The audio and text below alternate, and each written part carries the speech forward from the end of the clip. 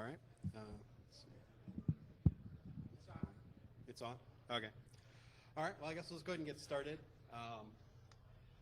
So we're going to talk about network measurement tools today. My name's John Dugan, and I work for ESNet, which is a network that connects the Department of Energy science labs together. You may or may not have heard of us. I don't know. And so I actually asked to do a BOF on network performance tools, measurement tools, and they pushed back and said, well, how about doing a tutorial instead? And so that's how this happened. We'll see how this goes. I'd also like to introduce Jeff Boot from Internet 2, who's going to do the second half of the presentation. And he's, as you can tell, we're both from the R&E side of the house. And so as we go through this talk, hopefully, let's see. Well, basically, I'd like to encourage everyone to ask questions. If things don't seem relevant to you, or if there's just something that you don't understand, please just go ahead and stop us right over where we're at and ask the question, because we're going to cover all kinds of different ideas and tools and things today. And as a result, it's probably going to be easier to deal with it in the midst of the thing rather than trying to go, oh, where were we again when we were talking about that? So if you have a question, please just go ahead and stop and ask. So here's kind of an overview of what we're hoping that you'll get out of today. Basically, we want to provide you with an overview of what kinds of things can be measured, an introduction to some of the terms and concepts that are sort of caught up in all of this, sort of the language of this particular sub-discipline of networking, and then go into a quick overview of some of the tools that are available. There are lots and lots of network measurement tools, so we're not going to cover anywhere near all of them. And then we're going to go into a kind of a first level introduction to a number of different tools that we're particularly familiar with. And then as throughout, there'll be lots of URLs and some different resources that you can go and look at on your own to learn a little bit more. So again, as you can see, I really like it if you ask questions, or if you know a lot about this stuff and you disagree with me, let me know. So please, let's be this a little more interactive. It doesn't have to be just a lecture. I'd really prefer to have a discussion. So yeah, as I said, Jeff and I both have quite a bit of experience with these things, but I certainly don't consider myself the end-all, be-all sorts of truth on any of these things. So all right, with that said, let's just go ahead and just jump right in. Or maybe I should ask, any questions? Okay, so I'm just going to talk about the fact that there are kind of two broad camps of network measurements. There are active measurements, which are measurements where you actually inject traffic into the network. And these are generally pretty easy to interpret because you're generally sending traffic from where you are to where you want to go. And so you get pretty much exactly what you want. The problem is that they affect what you're measuring, so that you're never quite sure if what you did is what caused the change in the network or if you're measuring something, right? There's always kind of a little bit of uncertainty there. And by and large, we're going to talk mostly about active measurement tools today. There's also a whole other class of measurement tools, passive measurements, which can be a little bit harder to interpret in some ways, or sometimes they're really easy to interpret. Things like interface counters would be an example of a passive measurement. That's pretty easy to interpret what that means. And the nice thing about passive measurements is they don't affect the network. They are just simply observing what is without actually injecting traffic into the network. All right. So here I'm just going to kind of lay out a quick taxonomy of different kinds of measurements. This is not meant to be exhaustive. It's not meant to be completely rigorous. It's just going to give you a general idea of some of the different areas we're going to talk about. So the first area is latency, which is essentially how long it takes for your traffic to get where it's going. And latency, there's basically two subcategories. There's round trip time, which is from A to Z and back from Z back to A again, and then one-way delay, which is just from A to Z. And then another thing that is common to measure is the path. And this is for example, a trace route or something like that. There are some other tools that do similar things. Then we're also going to talk a little bit about bandwidth and what do we mean by bandwidth or throughput. And there's kind of two subcategories in there that I'm going to go into a little more detail about. There's achievable bandwidth, and then there's bandwidth estimation tools. And then we'll talk a little bit about loss, and then finally do some talking about some frameworks that kind of take some of these tools and join them together or aggregate the information from the tools in a useful way. And finally, then I'll talk about some passive things, which are more the host instrumentation and traffic monitoring stuff. That's going to be pretty quick because I think that probably people are more familiar with that kind of stuff. Okay, moving right along. So I think everyone would probably agree with me that the internet's a fairly complex system, and so as a result, when you're measuring it, it's difficult to know exactly what it is that you're measuring. There are many different things there, and another thing to realize is a lot of these measurements that we're making sort of at a heuristic level. We're not necessarily, we're putting traffic on the network that we expect to generate a particular behavior and using that to measure things, but filters and all kinds of other things can interfere with that sort of measurement. So we're generally using heuristics as opposed to strict rules for measuring things. A couple examples of some of the dark corners of measurement, things like path asymmetry, which is just a way of life, can cause confusion at times, especially if you're not used to looking at these sorts of things. I've suffered more pain at the MTU mismatch problems than I can possibly express. It's clearly an issue. Just every vendor has a slightly different way of implementing it, what they mean by their MTUs, and just it's a little bit more confusing, sticky issue than you'd think it would be. And then those other things like ICMP response limiting, blocking, things like tunnels. The topology you think you have, there's a whole other layer of topology hidden underneath that. Things like QoS, if there's a police or an interface, it might radically change your bandwidth measurements, even though you have a gigabit line, it's only getting 10 megabits or something. It's all kinds of things. There's all these black holes and these dark corners, but the sort of interesting thing is people keep coming up with interesting ways to work around these limitations. And we'll see a few of these as we go on. But I just wanted to point out that it's not all gloom and doom. It's just that sometimes it's a little difficult to know exactly what it is that you're doing. Okay, so let's talk a little bit more about latency. As I said before, there's kind of basically two broad camps of different latency measurements that you make. Ping, being a round trip time measurement, is by far the most common. And that, like I said, A to Z, and then from Z back to A. How long does that take? And one way is from A to Z, and it doesn't take the reverse path. But so the question is, okay, so one way is only half of the round trip time, right? Well, unfortunately, no, it's not that simple. Again, path asymmetry can be a problem, but things like queuing effects, the queues going one direction may be much more heavily loaded than they are going in the other direction. So it ends up that you have to measure. You're not just getting half the RTT when you're measuring the one-way delay. Sometimes you are, but that's the ideal case. Okay, another term to be aware of is jitter. Jitter is the change or the first derivative of delay, and so we'll talk about jitter a little bit. And jitter often exposes the places where there's congestion. So the most famous RTT tool of all time is ping, and a little bit later today, I'll mention a little more about throughLay in a few minutes. And then Jeff's going to be talking about OAMP later this afternoon, which is a project designed for doing one-way measurements. So, okay, so that's latency. And I guess I wanted to point out one thing is sort of interesting, right? Latency is basically determined by two factors. There's the physical length of the path. We can't beat the speed of light. And even if you can do that, I'll invest in your company because you're gonna make a lot of money. But the other thing that might cause problems for latency are, like I said earlier, queuing delays along the path. And generally the physical path is probably going to dwarf the physical latency is probably going to dwarf the queuing delays, except for in the local area. In the wide area, it's probably going to dwarf it, but there still can be a significant component added by the queuing delays. And then just this, I guess, sort of an academic point, but loss could be thought of as an infinite latency. Okay. So as I mentioned, traceroute is the canonical tool for measuring path. And the thing is, it's important to remember that there's asymmetries involved. Things like reverse traceroute servers can help you a lot. Traceroute.org has a whole list of those, which may help you out. There's a feature that a lot of people don't know about in the IP protocol, which is the record route option. And it's implemented by at least a couple. I know Vendor J implements it in their ping, and BSD ping has it as well.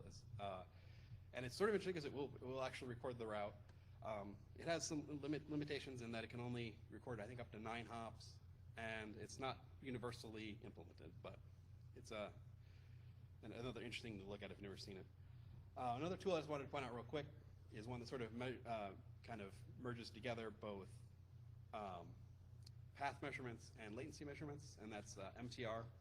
And what it does is does a trace route, and then it starts to ping every hop along the way. Again, like I said, there's always corner cases in these things, and if you see a sudden spike in latency to one of those hops, doesn't necessarily mean something bad happened. It might just mean that the router's gotten a bit busy and has deprioritized that sort of management traffic. Okay, so this is kind of the point that I want to get into, because I'm going to talk about iPerf for a little while, which is a tool for measuring some of these throughput issues. And so when we talk about bandwidth or throughput, it can kind of be this vague thing, right? What do we mean by throughput? Does it mean the speed of the link? What does it mean? So well, I don't think we're going to be able to replace the word throughput. I think we're going to continue to use it because that's just the way it is. But I just kind of wanted to point out some specific different areas where different aspects to what it means to good throughput, or what factors play into getting an end-to-end throughput. So here we've got a sample path where we're going from the source to the sink, and so the capacity of any given link is its line speed, right? The capacity of any path is the capacity of the smallest link, or the narrowest link, right? So in this case, that's the 10 megabit path here, right? And that's the maximum under ideal circumstances. The best performance you could ever get out of this path is gated by this 10 megabit path or circuit. And then we can talk about the utilized bandwidth, which was how much bandwidth is used on each link, and then the available bandwidth on a given path is how much unutilized bandwidth is available at the tightest link. So in this case, this T3, this 45 megabit link here, is got less available bandwidth than the 10 megabit one. So it's the tight link. It's the limiting factor for this path. Even though it's not the smallest link, it's the tightest link. Finally, then I guess this whole point was to get to, I guess a lot of tools I'm talking about are going to be measuring what we call achievable bandwidth, which measures what you can actually force through this path. What can you actually get through this path, right? And so that takes into account the path itself. It also takes into account things like protocol overheads, or just the protocol behaviors, like TCP's way of backing off in the case of loss or congestion. And finally, it includes issues on the host.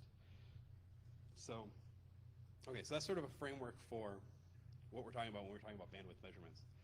Does this diagram make sense? Are we, okay. All right, so one of the most common kinds of tools is one that measures achievable bandwidth, right? What we do, it's an active measurement. We go ahead and put traffic on the network, and we kind of we receive it at the far end and see how much traffic we got. I mean, it's a pretty straightforward idea, right? Well, it is, but there's a lot of details here. As you saw, there's a lot of interactions on the path itself. There's a lot of issues to know about tuning the individual hosts for their so that they can get the best throughput, the best achievable bandwidth. Some common examples of these kind of tools are ones that you're probably familiar with, things like NTTCP or NutTCP or iPerf. All of these tools kind of do the same thing of blasting traffic at the network and measuring what they get at the other end. And most of these tools do measure things like both UDP and TCP. Some can do other things, doing some kinds of multi-class testing. And as mentioned before, there's a tool called Throughly, which combines some of these achievable bandwidth type measurements, or it does an achievable bandwidth measurement, but it also takes note of the RTT involved in this. And it's just an interesting hybrid measurement, and it can kind of provide a little bit more insight onto what's going on. Okay, well, all right, so the next class of bandwidth measurement tools are ones that actually, so one of the problems with the last class of tools, right, is we were sending potentially a lot of traffic into the network. We're actually inducing a load onto our links, right? So it'd be nice if we could measure how much overhead we had on a path without introducing any traffic, or at least without congesting the network itself, right? So the idea of these bandwidth estimation tools, and they've been around for a while, the idea is to send a series of packets, all very closely spaced, and at the far end, see how the spacing between them changes. And basically, this is what happens is, as the packets traverse the network, the spacing between them changes because of queuing effects at each of the intermediate hops. So this gives us an insight into the queuing behavior, and then you can apply some statistical methods to look at this and analyze what actually happened. So this works pretty well, I think, today up to, what would you say, about a gigabit today for common setups. Yeah. So this works for links up to a gigabit. The problem is you have to have really high resolution clocks to go beyond a gigabit because you have to be able to detect subtle spacing differences, and so you need better resolution on your clocks.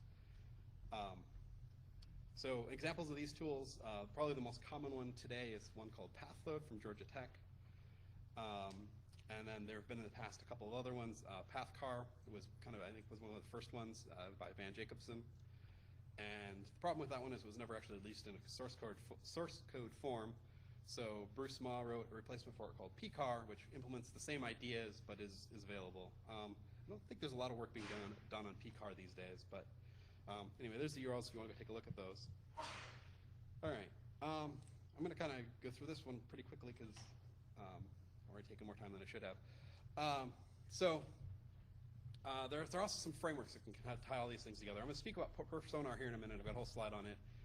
And Jeff's going to speak about BWCTL, which provides a tool framework for just doing bandwidth measurement tests of various types. And then this last one I was going to mention really quickly. Actually, one of the authors of this package said, I don't really think this fits on this slide. And I said, well, I don't know how else to put it. And I just thought something that some people might find interesting in that it provides a framework for measuring an end-to-end system, including things like the disks, not just the in-memory portions. So if you have a whole system that you need to analyze, NetLogger gives you some tools for getting logging data from all of your different points in your system so that you can kind of figure out where the issues are. I'm not going to go into a lot more detail than that, but if you have a system like that you need to measure, or if you've got a system where you're suspicious that it's the end systems that are really causing the problem and not the network, this tool might be of help for you. Okay, so I want to talk about PerfSonar for a minute. So PerfSonar is a collaboration between a lot of RNE networks, production RNE networks, not like networks that are doing experimental network things, but we're supporting a lot of research and education institutions. And what it is it's an attempt to build a lot of tools that can measure the networks, and then it's a set of protocols to be able to share the measurements made. And the thing is, here's the problem that we have.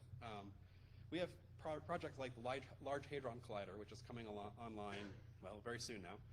And we're going to have to be syncing about 10 gigabits of data continuously from this thing for the foreseeable future.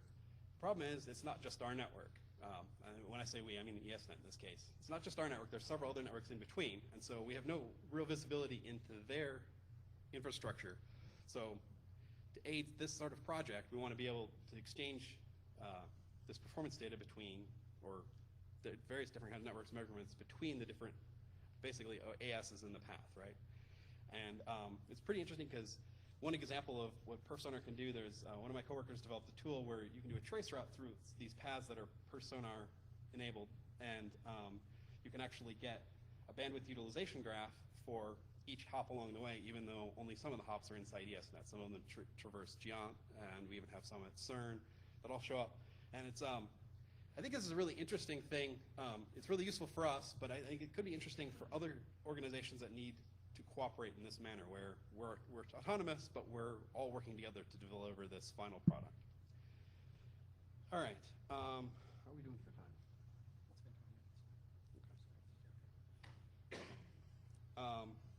Okay, so then I'm just going to breeze through a whole bunch of different sort of passive measurement tools and kind of just the coarse things. So this first talk here is really meant to just be a very high-level, quick view of all the different kinds of things that are available.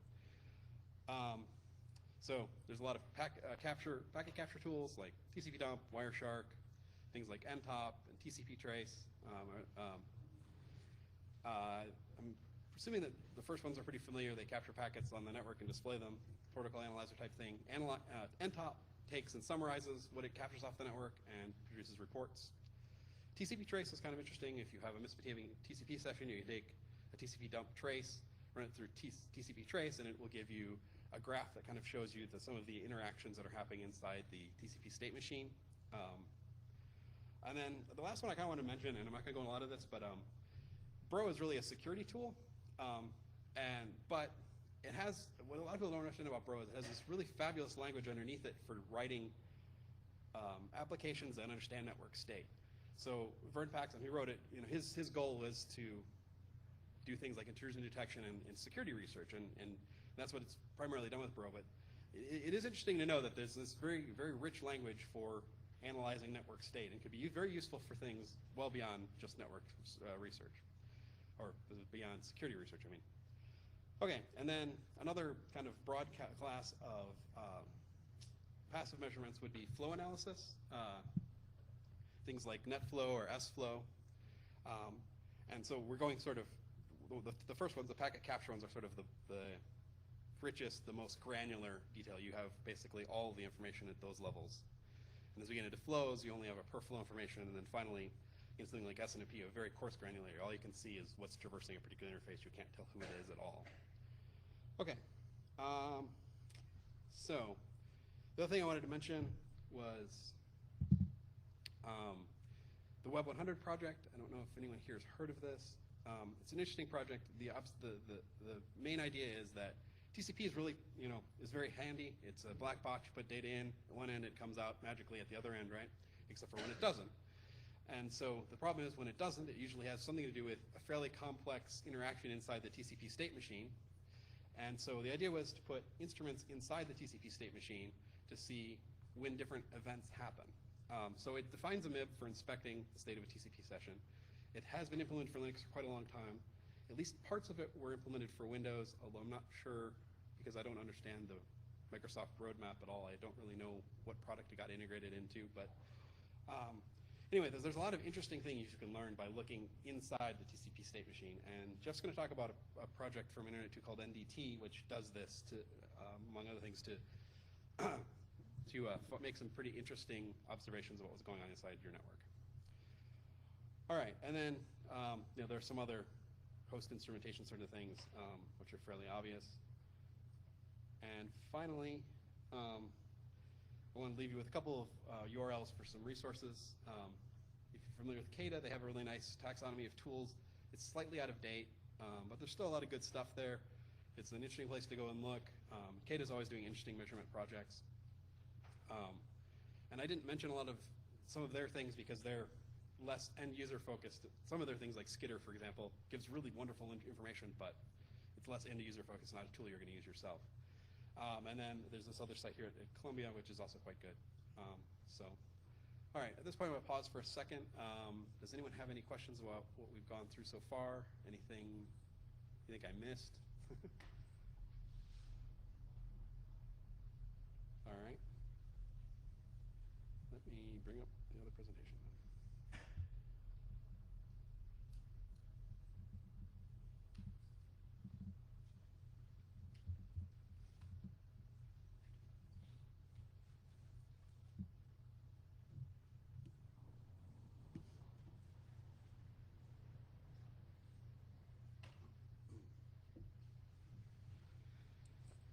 Okay, so this talk is going to be much more specific than the previous one.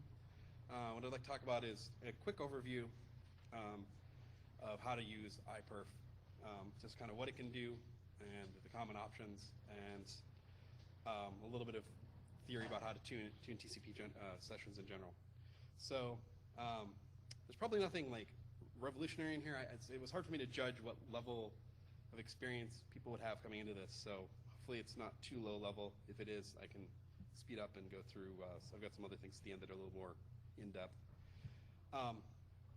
So we're going to talk about using iPerf to measure both TCP and UDP things, and then at the end I've got a collection of sort of useful tricks that I've used in the past to do things that were a little bit difficult to do with just standard tools. Okay, so I guess the first thing to say is iPerf talks about a client and a server, and this can be a little confusing because it's a little ambiguous as to what that means. So basically, the client is the entity that is sending information, sending traffic, the test traffic, and the server is the instance that is receiving the traffic and basically just discarding. So it's a discard server. It's a client to a discard server. just want to point that out because it seems to be a common source of confusion. Okay, and so when we're talking about TCP measurements with iPerf, we're talking about achievable bandwidth, like I said before. Basically, the measurement includes the end system, and generally, though, it's just a memory-to-memory test. It doesn't involve disks, which is a whole another layer of pain. Excuse me. There are some limits to what we can measure. Because TCP is a black box, it hides a lot of things from us. It just kind of tries to work around them, which is great because it gets its job done usually, but it can be very difficult, again, to know when it's doing that and when it's just simply another problem. Okay, so and the things that can limit the performance of TCP are things like loss, congestion, buffer starvation, out-order delivery, especially with older implementations of TCP can be an issue. So there we go. All right, and using iPerf to measure TCP sessions or performance is fairly straightforward. On your server end, wherever you want the traffic to go, just start up iPerf with the -s flag.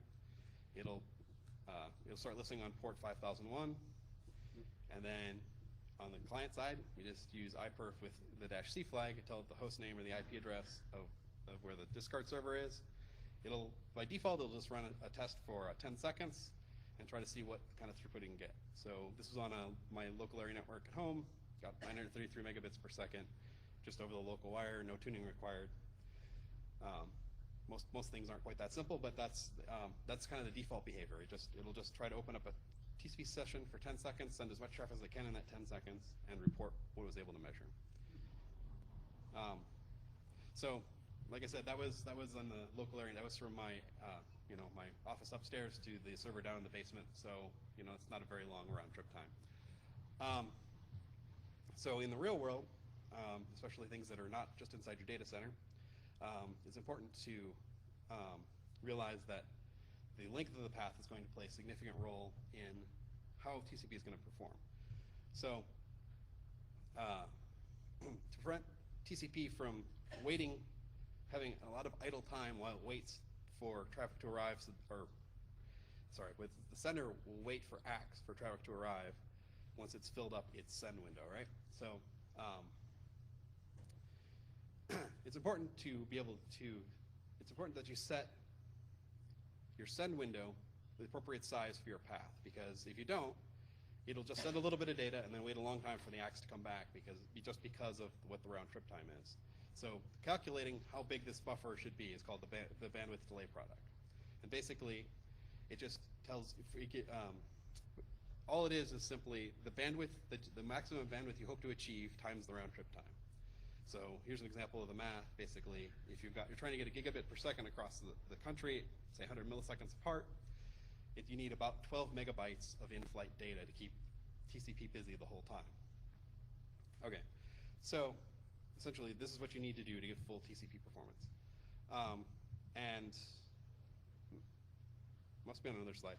The -w flag to iPerf is what you use to set this. So basically, you can use ping to measure round trip time to your far end, and then do the math to determine what your bandwidth delay product is, and that will give you what the buffer size should be. Okay. Yeah. Just a little bit more. The default buffer size used to be around 64K among the systems. Oh, right. You see that it's really important that you set the buffer support. Right.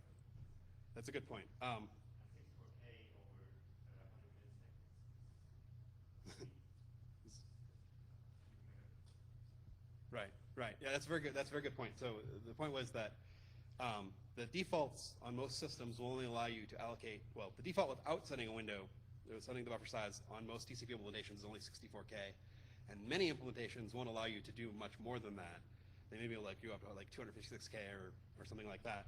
So a lot of times you have to actually change system settings in order to be able to achieve that kind of bandwidth. Do you have a comment on whether that's a good default behavior for running hyper various operating systems? You see the default performance to be significantly worse on some. So it depends. It depends a lot.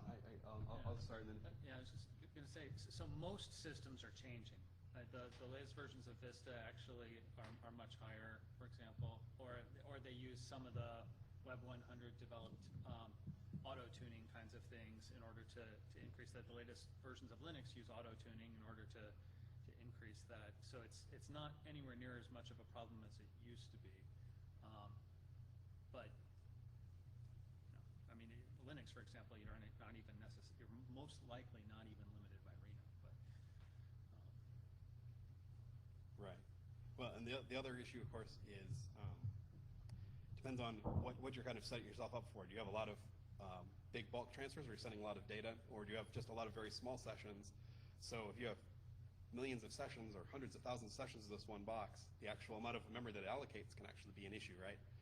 Because you can starve yourself. So I think the real answer is that Jeff kind of is what Jeff said, but more specifically is everything's kind of moving towards some sort of scheme which will auto-tune those buffer sizes depending on how it sees the workflow going.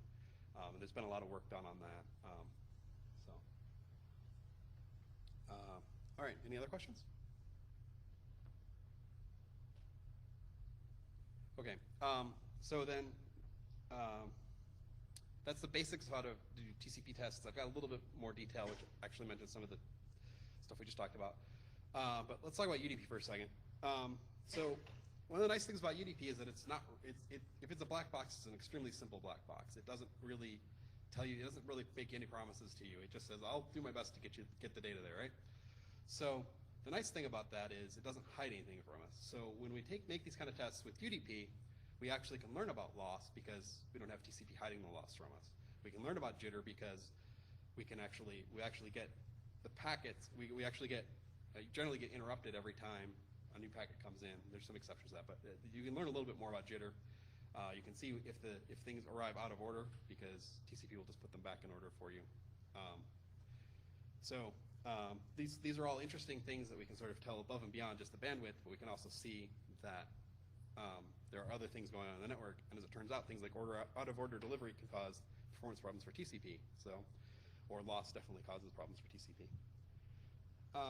Okay, so as you can see, basically all you do to invoke iperf is add the -u flag, and you do basically the same setup. I showed here also the -b, which what that will do is set your target bandwidth to 1 megabit. The deal is, with UDP, that it doesn't have any of this flow control stuff that TCP has to find a good bandwidth to you or to try to shoot for. It just does what you told it to do. So the -b flag sets the target bandwidth. It just sets up a loop that sends at whatever data rate that you've specified. As you can see, though, or that the output's a little bit different in that it shows here. I don't know if you I probably can't highlight that. Yep, I can't highlight that. So it will also show you things like the jitter here. This is expressed as 0.03 milliseconds, and then it shows the number of packets lost, the number of packets transmitted, and the loss percentage. And those things all, like I said, just basically give you those things. So here's the slide that was supposed to be earlier. Oops. Okay. So when you calculate your bandwidth delay product, you want to use the -w flag to be able to set your window size. And there are two resources here for getting information about how to tune your end systems so that they have more reasonable defaults, and also how to up the upper limits so you can get high performance transfers over long latent paths. There are also some situations where you can sort of work around TCP's fairness mechanism by actually launching parallel TCP streams. And the situations where this helps, one of the situations is where there's some loss on the path. The other one is where there's a lot of cross traffic because basically you can just, you get smaller, you get more limited, restricted streams, but you can fit more of them into the same space. At any rate, iperf can allow you will support doing parallel transfers by just using the -p flag and specifying the number of parallel threads you want to execute. Okay. And then here's just a few simple things that are kind of handy to know. -I will give you an update on what's happening every n seconds. I didn't put it on here, but -t will set the number of seconds that you want to run the test for. And then there's things like -D, which will do the bidirectional test simultaneously. In typical invocations, it just does it one direction and then quits. Or you can do -R, which will do one direction fully and then turn around and do the connection back. Those are all kind of handy. And let's see. All right. So at this point, how are we doing for time? Because this is sort of stuff that's... We have about 52 minutes left. Okay, so it's probably about time to switch. Right. Okay. All right, well, I'll do the one second thing on this. So I ran into a situation where all I had was a gigabit connected host, and I needed to test a 10 gigabit line. And one of my coworkers came up with this kind of harebrained scheme to do that. So turns out with these, you can use iPerf to generate a huge amount of UDP traffic. And as it turns out, receiving UDP traffic is actually kind of hard to get right. And so a lot of hosts, even like, current versions of Linux, still have trouble receiving like 9 gigabits of UDP traffic. There are things you can do. Anyway, as it turns out, there are certain router vendors whose counters I trust more than I trust counters on these hosts. So I don't really care that that I can't count how much traffic I receive via iPerf. I can just use the counters on my routers. So what I did was set up firewall filters to, well, like I said, never do this, but it did actually work. So what we did was we injected 1 gigabit of traffic, and we had a static route pointing to both directions on the link under test. And basically, it just was a routing loop, right? And the thing is, iPerf has a nifty little thing which says that you can set, well, this is a test situation, right? And like I said, never do this. But we had to see if we could actually stress this link. So we did is set the TTL, and the traffic went around n times and got discarded. I was a little paranoid, so I actually put a firewall filter in that also discarded it when the TTL was in a certain range, just because I wanted to make sure it went away. This actually did work quite well for us. Like I said, never do this. All right. I think that's all I've got. Anyone have any questions? All right.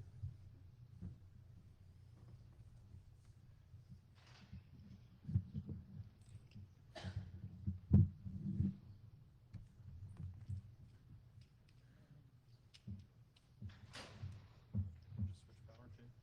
Sure.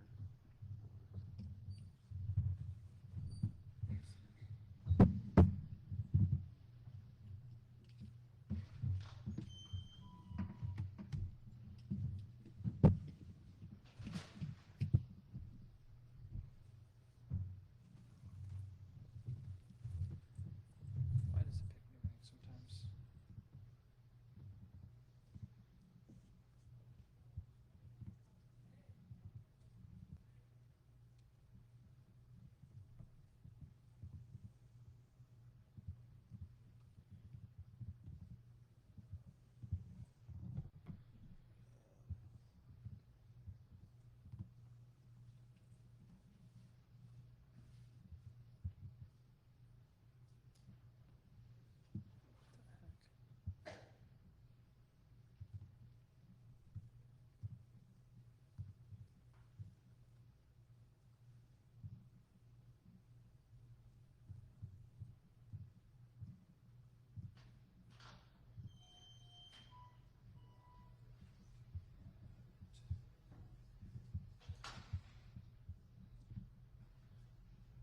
we go.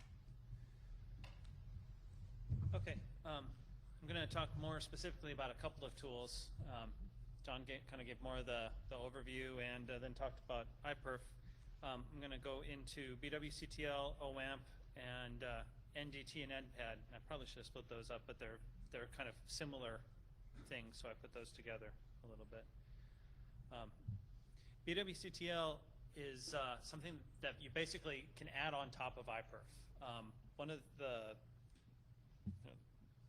basically it adds resource scheduling and allocation and some policy determination to iPerf. That way you can actually have servers out there ready to do bandwidth tests or throughput tests or whatever you want to call them, and make those available to customers, to the general public, to peer networks.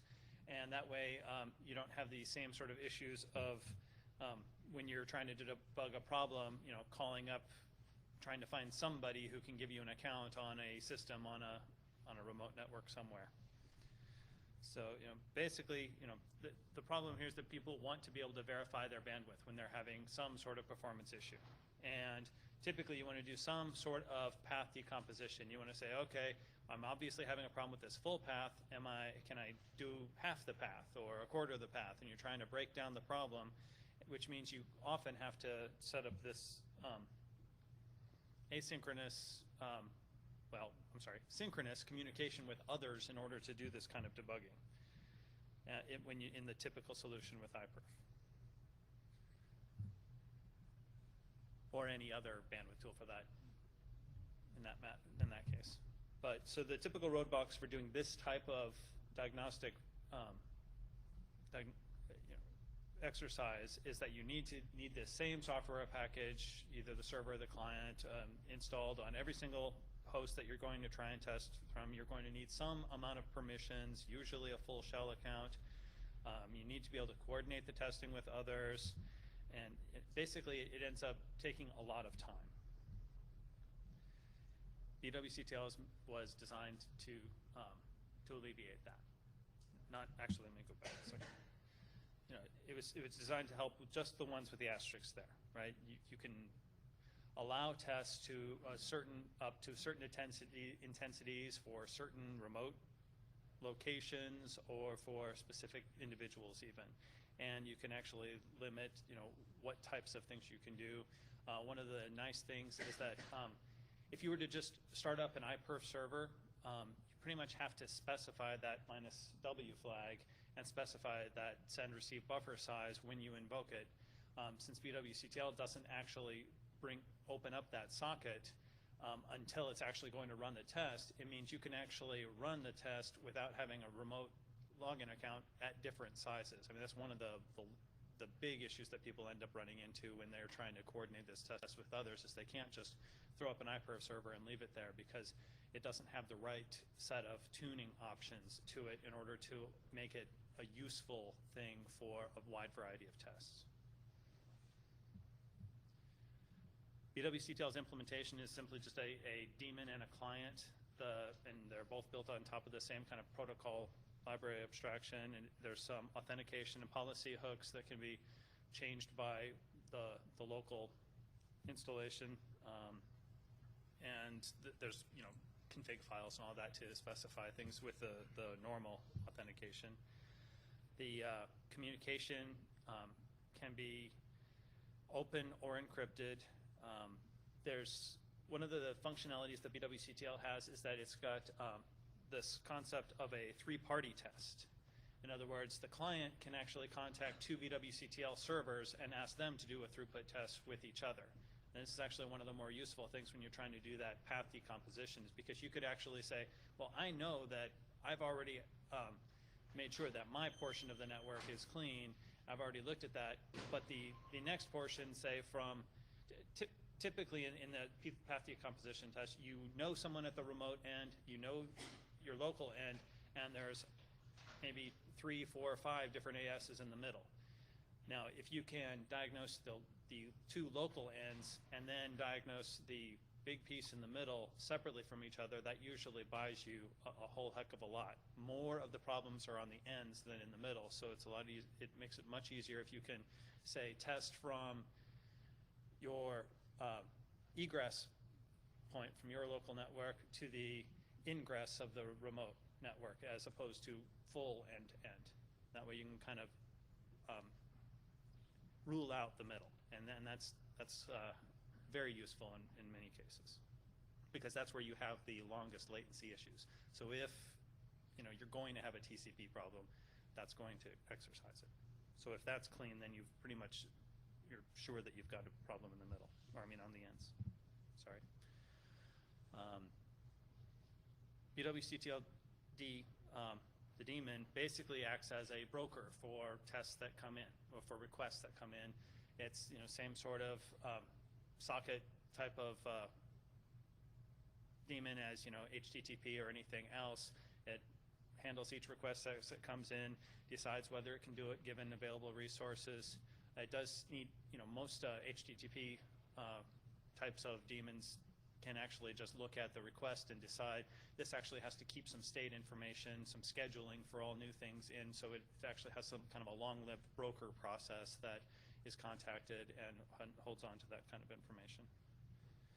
One of the other nice things about BWCTL is that both sides of the test end up with the results of the test.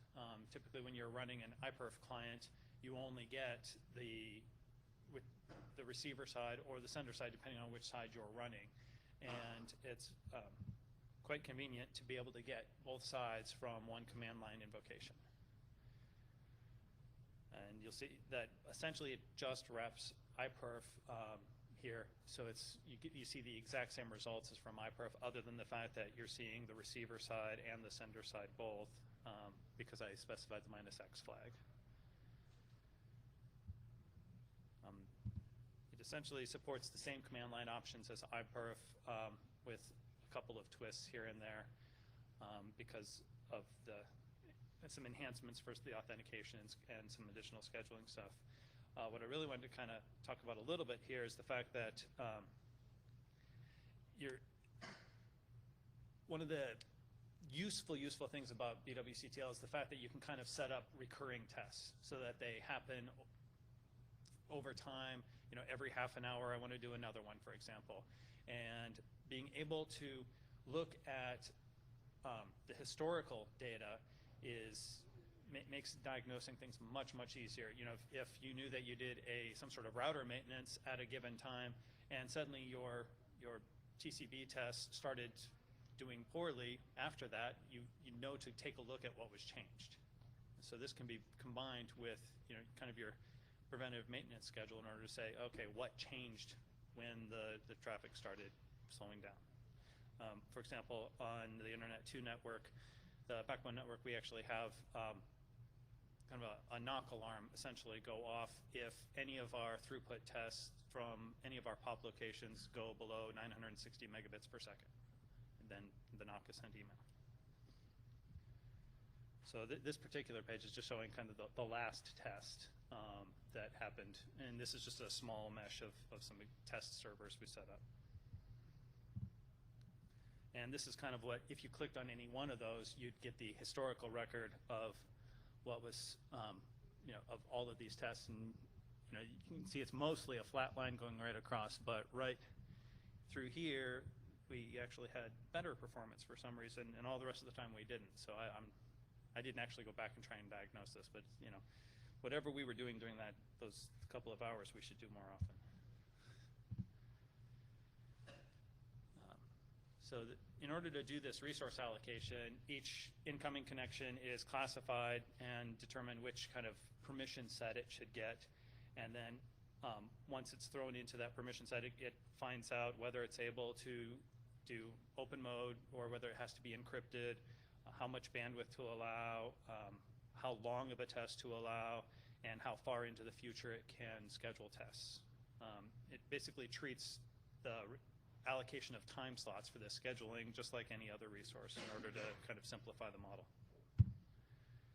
And this is what the architecture looks like.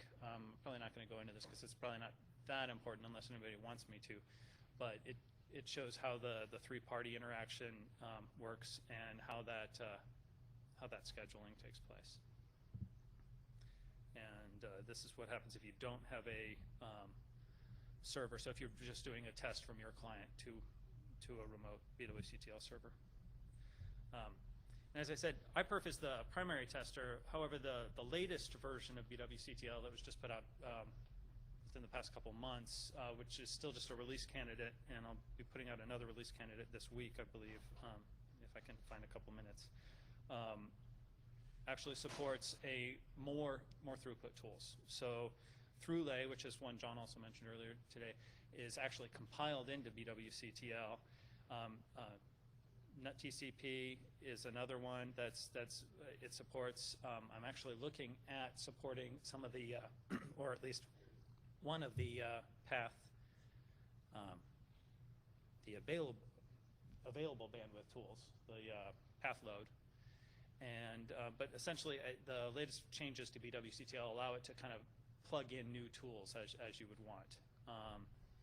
it's, you know, it's not like Java plugins, it's C code, but it's still set up as an abstraction interface, so there's just a small set of functions you would have to create in order to wrap any tool, if anyone would be interested in doing anything like that. One of the things I did want to point out is that there's problems integrating a tool by execing it, right? Which is what BWCTL does with iPerf. You don't find out. You're trying to schedule when this test is going to happen, so you give it a window of how long to allow it to run. If it hasn't finished running by the end of that window, you have to kill it so that the next test can happen. The problem is that typically, when you have a problem, it exhibits itself by not finishing in terms of the iPerf test, because it has completely filled its send window, and then when you go to kill it, you don't get the results from that test because it's in a low-level I/O read or write, which means you have no idea, say, how much data was currently buffered in the send window. So the tests that fail in terms of this kind of scheduled window of stuff are usually the ones you really want the information on.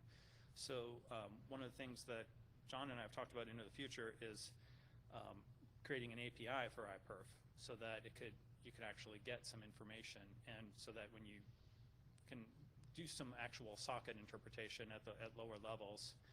Other things that can be done is actually integrate in some of the Web 100 tools that we've talked about earlier in order to get some of the state there. But all of these are things we've talked about for some of them, like the Web 100 one, is things we've talked about for years and never found the time to do. But the general requirements here, the latest production version of BWCTL supports iPerf 2.0 and 2.02. The latest RC version should be up to date, I think, with the latest iPerf release as of about 2 months ago. I think there may have been one since then, though. Yeah, shouldn't be any changes? Okay, so we'll just say that the last one still works, too. The other things is that since you're doing a lot of these active tests and you need to be able to do kind of peer communication things, especially that three-party test I talked about, the client actually asks 2 servers to do a test. This is the exact same kind of traffic patterns that peer-to-peer networking has. So if people have a lot of filters and things to try and stop peer-to-peer networking from working, it's likely to stop BWCTL as well. And this is actually pretty out of date. Basically, almost any recent version of Unix should work just fine. And some of the policy and security considerations are that you really want to make sure that you don't end up being a denial of service source. So you need to set restrictive enough policies to disable that. And if you're running regular tests, you want to try and run your servers secure enough so that you don't end up becoming kind of a denial of service target. It doesn't happen very often, I don't think, but when you're publishing your statistics in terms of what kind of performance you're getting, sometimes people like to see if they can see themselves, shall we say. Can they affect the plot somehow by sending traffic, by doing something? Sometimes that's good, actually. You want to be able to, in some of these LHC transfers, for example, that John was talking about, and supporting that, it's a very big project that we're going to have to support in getting data from CERN to many of the US universities. And you want to actually see when the physicists spin up doing their experiment and actually consuming that data, what happens? What happens to the rest of your production traffic? In one case, just, I don't know how long ago this was, about 9 months ago, I guess, the University of Nebraska physics department spun up one of their experiments to test and see how well they would be able to do once the super collider comes online at CERN. And the University of Nebraska football team was not able to transfer their scouting tape, and they were not happy. And so I mean, you end up affecting other traffic when you try and spin up new projects sometimes. And I don't know how many of you have these kinds of issues, but when suddenly one project wants to use 10 gig of a 10 gig backbone, it makes life interesting. So in terms of setting up a BWCTL server, the policy restrictions you want to do is you want to be restrictive for UDP tests, obviously, more liberal for TCP tests. You know, it's going to be self-limiting, and it's good to allow others to test and figure out what kind of performance they can expect going to your system. It probably means less human time involved in order for doing diagnostics, because if they can just contact the server instead of having to contact you, you know, life is better. And we actually implement even more liberal policies for peer networks. I mean, we've got pretty good agreements between us in terms of what they can do and what we can do, and we know who they are, so we actually tend to try and give them a little bit more so they can do more diagnostics without talking to us. The source code is available there. There's actually some RPMs available as well, and if anyone's interested, there's mailing lists as well. I'm going to go in. Is there any questions about BWCTL before I go on to the next one? So if you go to that website, I think there is a link to several open servers. There's quite a few across the university and research and engineering networks. I don't get too much information from any commercial networks. They usually don't tell me when they have them up. I actually do end up getting email from them now and then saying, we've been using this to test things, but they pretty much use it more internally and don't make it available to others, unfortunately. So, but there is a page. If you go to this website, there will be a link on the left side, and I don't remember the actual name of the link, but and it might not be completely up to date because in fact, ours might be one of the ones that's not, unfortunately. But there's quite a few different university networks, especially that are there, or systems at universities. Go ahead. Hey, James Martin from Spirit Telecom. Okay. Do either of you have a live distro, like a CD that you could plug into your Dell I do, laptop? and I'm going to talk about it Great. towards the end. Sorry. Yep.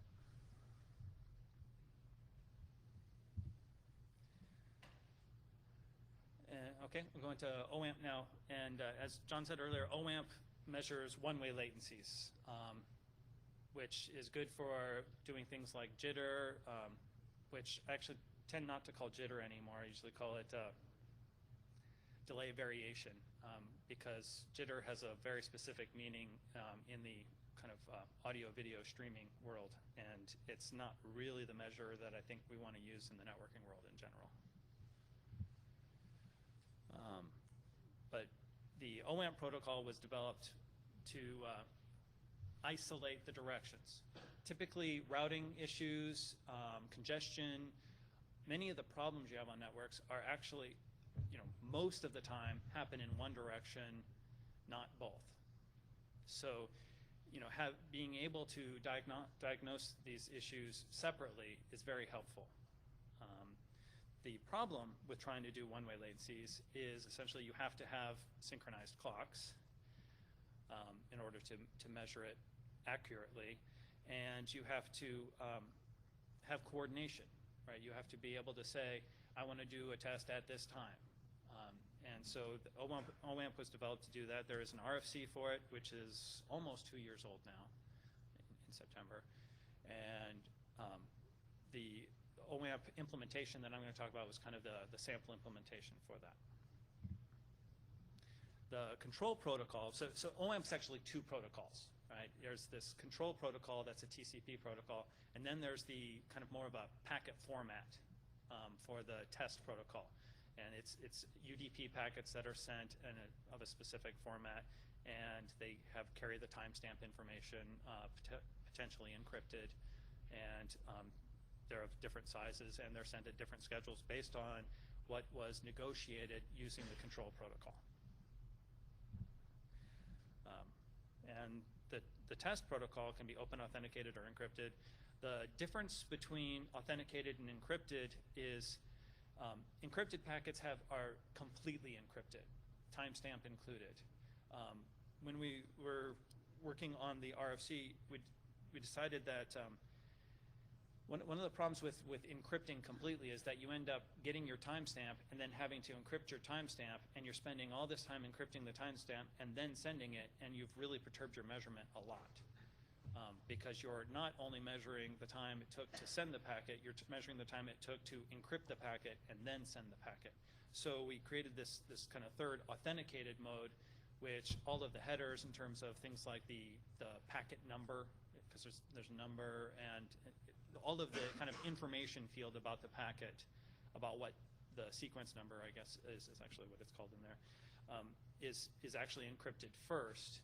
And then the timestamp is put in the clear. That way it takes the least amount of time before it's sent.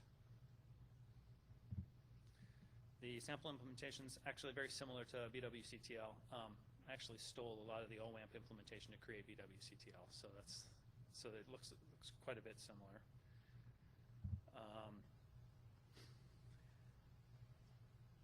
Many tests can be set up concurrently. Actually, and one of the nice features about doing an OW ping, that's the client application, is that you can actually specify completely random packet send schedules. So this is very useful if you're trying to mimic a particular traffic pattern. And it also allows you to do things like send packet trains at regular intervals, or even along basically a Poisson distribution. So you can send 10 packets on average every 1 second, or on average every 10 seconds, or something like that. That way you can see a little bit more information about what's going on in terms of packet separation, and that gives you very different characteristics with reordering and things like that on certain routing platforms.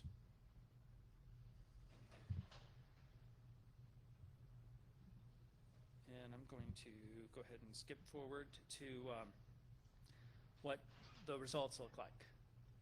Essentially, if you just do a normal OW ping, what it does is it gives you a 30-second long test,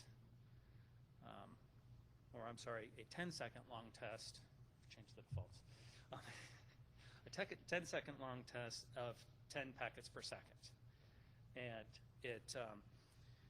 Unfortunately, I couldn't find any interesting paths to test that actually worked for testing because of NATs and things like that. This won't work through NATs, UDP traffic,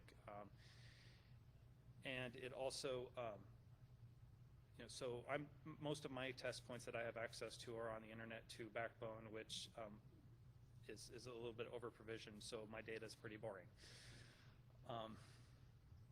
But we had, in this case, there were the default test is 2 concurrent streams, 1 in each direction for about a 10-second duration, roughly 10 packets per second. You can see that the minimum delay seen was basically 11 milliseconds, and the maximum delay seen was 11 milliseconds, and surprisingly, or not surprisingly, the median was also 11 milliseconds. And what I typically report instead of real jitter is, there I go clicking on something before I should, is the 95th percentile minus the median. So this is really just a measure of delay variation. Another common one you'll see is the interquartile spread, the 75th percentile minus the 25th percentile. The other thing that OWAMP can give you is the number of hops that the packets have traversed. It does this by setting the TTL on the send and looking at what it is at the received, and it just reports what the distribution of hops that it is seen are. And then the other thing it'll do is it'll report any reordering that it sees. And it tells you how many packets it saw that were offset by any number of degrees. So if it's offset by 3, it counts them by being at least offset by some number of packets, basically. And this is kind of what doing a historical view of that looks like. In this case, it's looking at basically the last 30 minutes worth of data, and it shows the median delay, and then also shows the lost percentage And there was no lost packets here, so I couldn't show you that it turns red and, you know, does all kinds of bells and whistles. But I was able to find one place where I could see some delay. So these plots here are actually showing the minimum, the 50th, and the 95th percentile all on one plot, and you can see that the 95th percentile actually jumps up a little bit. In fact, the median does too in a couple places here. So that's the places where there's some amount of queuing going on. And the resource allocation is very similar to the BWCTL case in that it classifies incoming connections. You can do things like have a key. I'm trying to. It's not in order to specifically identify a particular user if you're doing encryption. But most of the time what we actually use is just IP netmask types of classifications, because we pretty much try and open this up as much as possible. And this is kind of the architecture view as to how things take place. One of the big requirements that you need to do in order to really use OAMP fully to its full effect is to have a very good synchronized clock. One of the things that I mentioned earlier, though, is that delay variation. You don't need to have a very well synchronized clock to do that. You just need to have fairly stable clocks for that.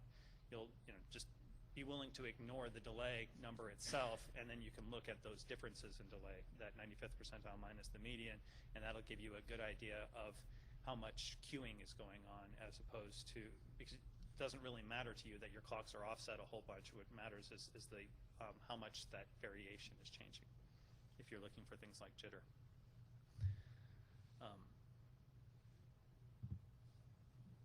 And in this, again, this slide's way out of date. I really need to update this. But most recent versions of Unix should work. It's just vanilla socket code. The recommended hardware is basically, it takes almost no CPU to do this. You can do this with 10-year-old hardware pretty much. In fact, in some cases, the 10-year-old hardware works better because it doesn't have power management and it's not changing the speed of the CPU on you. But almost anything will work. The big operational concerns is that it's actually more difficult to get an accurate error estimation from NTP than it is to get a well-synchronized clock. So there's some things on the website that tell you pretty much how you need to configure NTP to make this work correctly. The bottom line is you pretty much need at least 4 NTP peers, and you should make them as diverse of paths from your local host as possible. That way you don't end up skewing your clock based on routing. NTP relies on symmetric routing, and asymmetric routing really messes it up. So the more you can do to kind of diversify your routes to remote NTP peers, the better off you are. And then there's some firewall issues. In order to send this UDP traffic through, you need to have a certain number of ports open. Part of the whole OAMP protocol is actually kind of negotiating that port. Whoever is receiving the traffic pretty much gets to decide what port it's going to be on. So you can configure an OAMP daemon or an OAMP client, for that matter, to only use a specific range, and then you can have that set up in your firewall rules to say this range has to be able to receive traffic. The other part of it is that system pretty much has to be able to send traffic on any port in order for this to work, because the other side gets to decide what port it's going to be received on. So.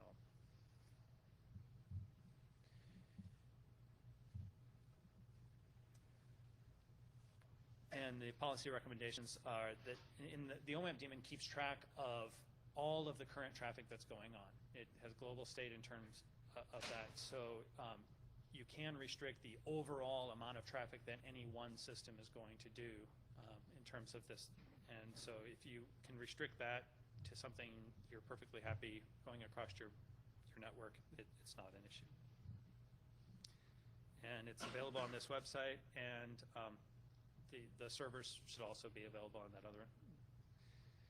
And that would have been a good URL for me to put in this talk, but I didn't think of it. Is there any questions on OWAMP before I go on to the next? So I'm going to talk a little bit about two tools that are much more tuned to the end user. These are kind of advanced diagnostic tools for the end user that on the surface look something like speed test, right? So I mean, users want to be able to do this, to play in this game too. They want to, that's why speed tests and things like that are so popular. They want to be able to see, well, what kind of performance can I expect? And these tools actually are kind of an advanced version of something like that, because they don't just test to see what you could get. They try and do some amount of diagnostics to tell you why you got that. All right? So, you know, basically there's this underlying user assumption. You know, when there's a problem, it's the network's fault, right? This is kind of what we hear all the time, right? And that's because it looks like a big black hole to them. It's just this stuff in the middle that nobody gets, right? And for them, it's just the network. There's just this big, huge, amorphous blob in the middle. It left my host. It's supposed to be received by my friend's host. I'm playing a game with him, and it's not fast enough, right? In reality, it looks more like this. And trying to figure out which portion, you know, where the problem lies is, and why, is much more difficult. And quite often, you really can't see from a network operator's perspective why someone on the end is having issues, because their host is involved in the game and you don't have visibility into their host and they don't have visibility into your network. So these tools are meant to try and bridge that gap to some extent. And really, you know, so when we were Rich Carlson, who's in the same group as I am at Internet 2, you know, when he was working on this, he was really trying to attempt to answer the questions, you know, what performance should a user expect, and what is the limiting factor? Why are they getting the performance they're getting? What is the limiting factor in their transfers? Okay, and you know, what's really powerful about NDT is it allows the user to become an active participant in the debugging. It allows them to go forward and see what they're doing and see some portion of it, even if they don't understand all of it.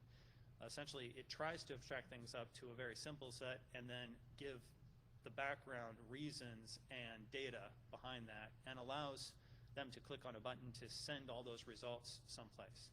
So what we've been trying to do on the Internet 2 network and at many of the universities is to try and encourage the use of this tool as kind of a help desk front end. If someone calls up saying, you know, I'm having problems, you ask them to point their web browser at this in order to get some amount of diagnostics from the user that makes a lot more sense, that's real data, as opposed to, I'm trying to get to, some website, Wikipedia, and it's slow. That doesn't necessarily help you very much.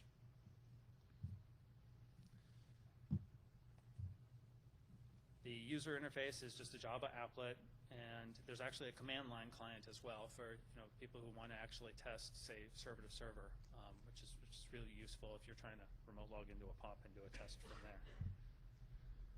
The sample results look something like this. It's still a little low level, and if someone wanted to, put lots of bells and whistles on this and make it pretty and put in a logo on it and stuff, all of our stuff's open source. So that's definitely something people could do. The things that it basically looks for right now is duplex mismatch problems, which is a big one right there. But packet arrival order, packet loss rates, and path bottleneck capacity, which does some of the same sorts of things that John was talking about earlier with the bandwidth estimation tools in order to try and figure out the bottleneck capacity. It sends a particular pattern of packets and sees what the spread of those packets are at the receiver in order to decide what kind of interfaces are in the middle. And there is a page that shows on the Internet 2 website that shows several open NDT servers out there. So, is there any questions on NDT before I go to the next one? How does it infer the duplex mismatch? That's an interesting one. Currently, it's doing kind of a statistical analysis. But there's actually a much better algorithm that we developed over 2 years ago that has been in copyright or in trademark issues. So we haven't been able to put that in yet, although it's my understanding that that's been resolved. I don't know, at least the other company assured me that it's been resolved and they don't care anymore, but that we haven't yet convinced our management to go ahead and do it anyway. So I'm hopeful that we'll have a much better algorithm in there soon, which actually does send some specific traffic patterns. And we've been able to determine some very specific traffic patterns that you can send that you're almost guaranteed to get a collision if you send this traffic pattern in the case of a duplex mismatch.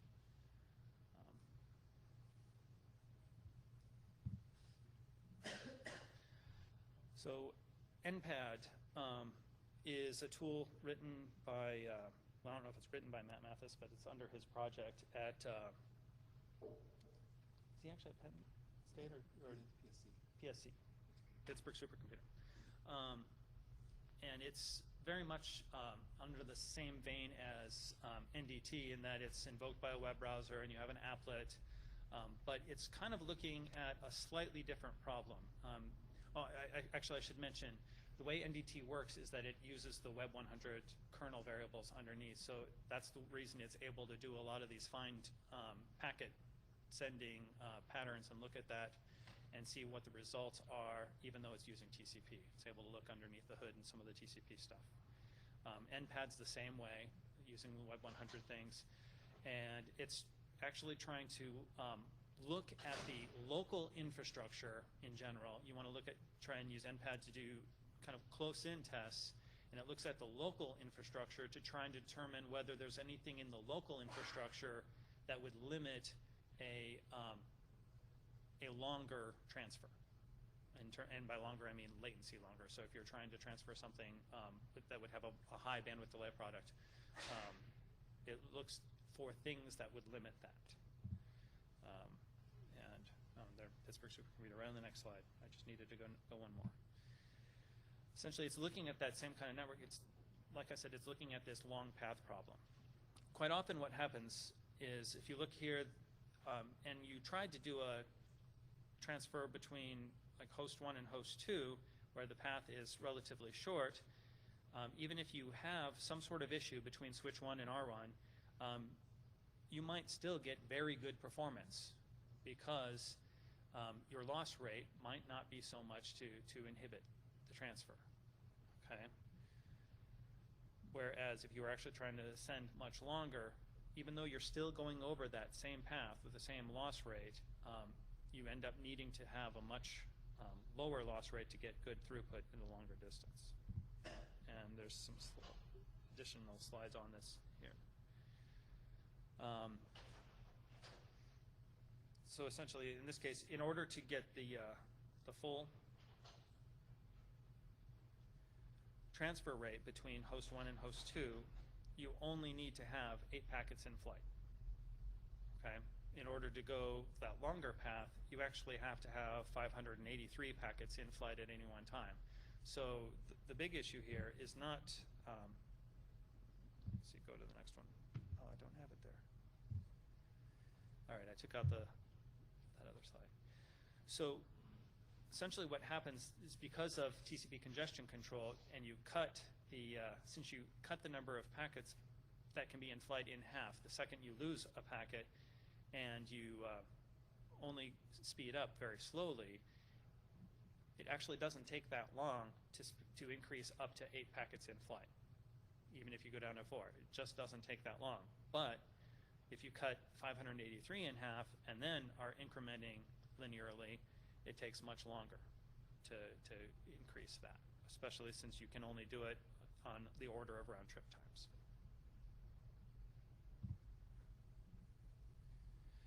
The main NPAD server page looks like this, and essentially, I don't know if it's large enough to see, but essentially what you can do is you can tell it the distance you are trying to go. I'm going to do a test at this local NPAD server, but I know that my actual transfer is going to be 70 milliseconds round trip time, or 100. And I want to do a test, and it adds some delay in essentially, and looks at some internal statistics trying to discern if there's going to be issues with the local infrastructure. And the results look something like this. And there is a page showing several public NPAD servers out there. And then finally, we have this Network Performance Toolkit, which is a Knoppix disk that essentially is a full OS on a CD that has virtually all the tools that we've talked about today, I think. Yeah, ping and trace router there too. And it, in fact, there's also a reverse traceroute server on there. So you can actually download the ISO for this and test these tools out. It actually has a relatively sane NTP config in order to allow you to do OWAMP, and has a relatively sane set of defaults in terms of permissions for what intensities of tests to allow. And that is all I had. So if there's any questions, yeah.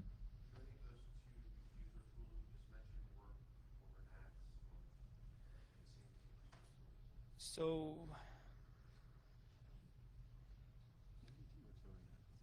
NDT will work over a NAT because it's just, well, I think the server to client test uses a different port number. It opens up a new connection. So you would get 75% of it would work or so.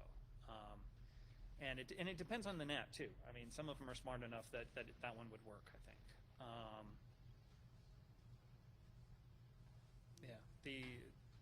The lower level tools, the BWCTL, OWAMP, and those are fairly hard to get to work right over a NAT. But the NPAD, I think, almost certainly will work completely under a NAT. I'd have to double check that, but. So another question, I saw some V6 addresses there. Are all these tools working like OWAMP and BWCTL were written. I had them working on V6 before I had anything working, actually. But the others, I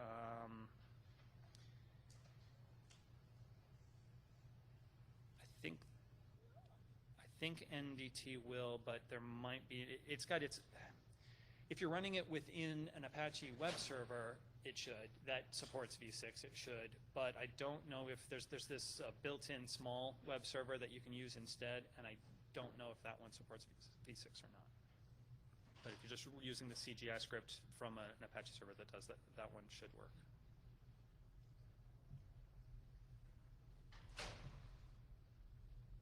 And I could double check that though. I'm not 100% sure on that. Okay, well, done 5 minutes early. Thanks.